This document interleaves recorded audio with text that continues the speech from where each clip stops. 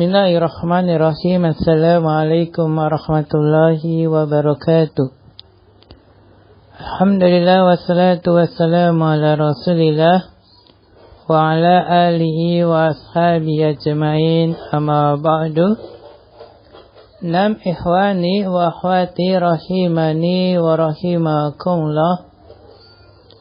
Alhamdulillah, tak lupa kita bersyukur kepada Allah Subhanahu wa ta'ala, yang mana kembali kita bisa meneruskan program pembelajaran kita. Pada kali ini kita akan membahas latihan yang ada di buku soal-soal latihan bimbingan belajar bahasa Arab Del Abu Sa'adah. Terusus latihan di mana? Di pelajaran ke-14. Pelajaran ke-14. Jadi kita akan bahas latihan pelajaran ke-14. Nah, kita akan bahas dulu yaitu tugas pertama pelajaran ke-14. Tugas pertama pelajaran ke-14. Nah, bagian pertama soalnya berbunyi, jawablah pertanyaan berikut ini dengan benar. Persatu, sebutkan dua bentuk badal yang telah kamu pelajari. Maka jawabannya adalah, apa jawabannya?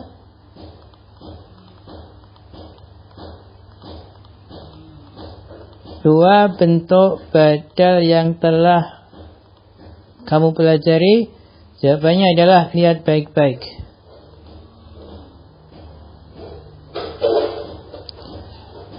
Satu, nama jatuh setelah gelar. Nama jatuh setelah gelar.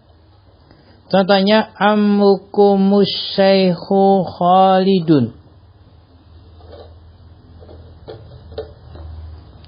Ammukumus syaikhu Khalidun. Khalidun di sini dia jatuh setelah gelar asy-syaikhu. Maka Khalidun sebagai badal dari asy-syaikhu. Khalidun badal dari asy-syaikhu.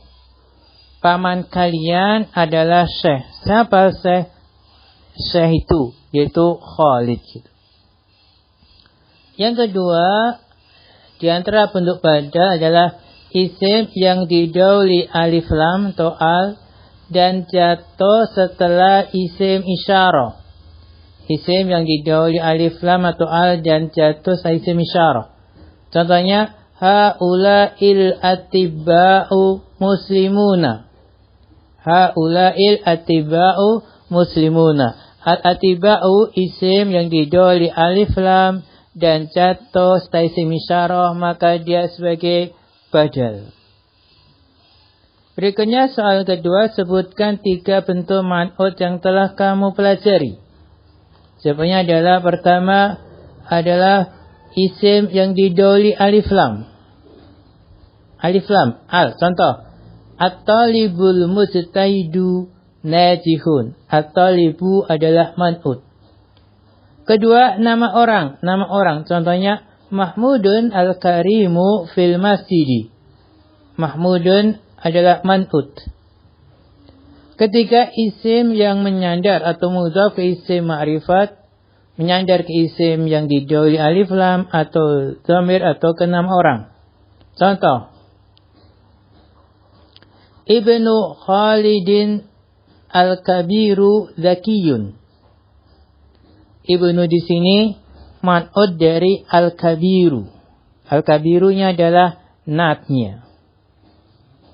Nah, kemudian soal berikutnya, bagaimana aturan harokat nama yang bukan berasal dari Arab? Maka nama yang bukan berasal dari Arab yaitu tidak boleh ditanwin huruf terakhirnya. Contohnya Ibrahimu, Ismailu, Ishaku, Yaqubu, Yusufu.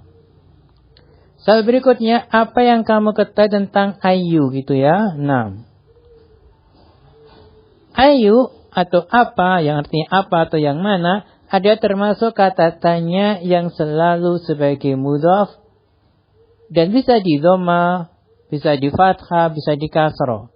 Dan setelahnya tidak didahului alif lam atau nakirah dan sebagai mudhaf ilaih. Nah, soal berikutnya isilah titik-titik dalam kalimat-kalimat berikut ini dengan benar ya. Langsung kita jawab ya. 6. 1. Pada asalnya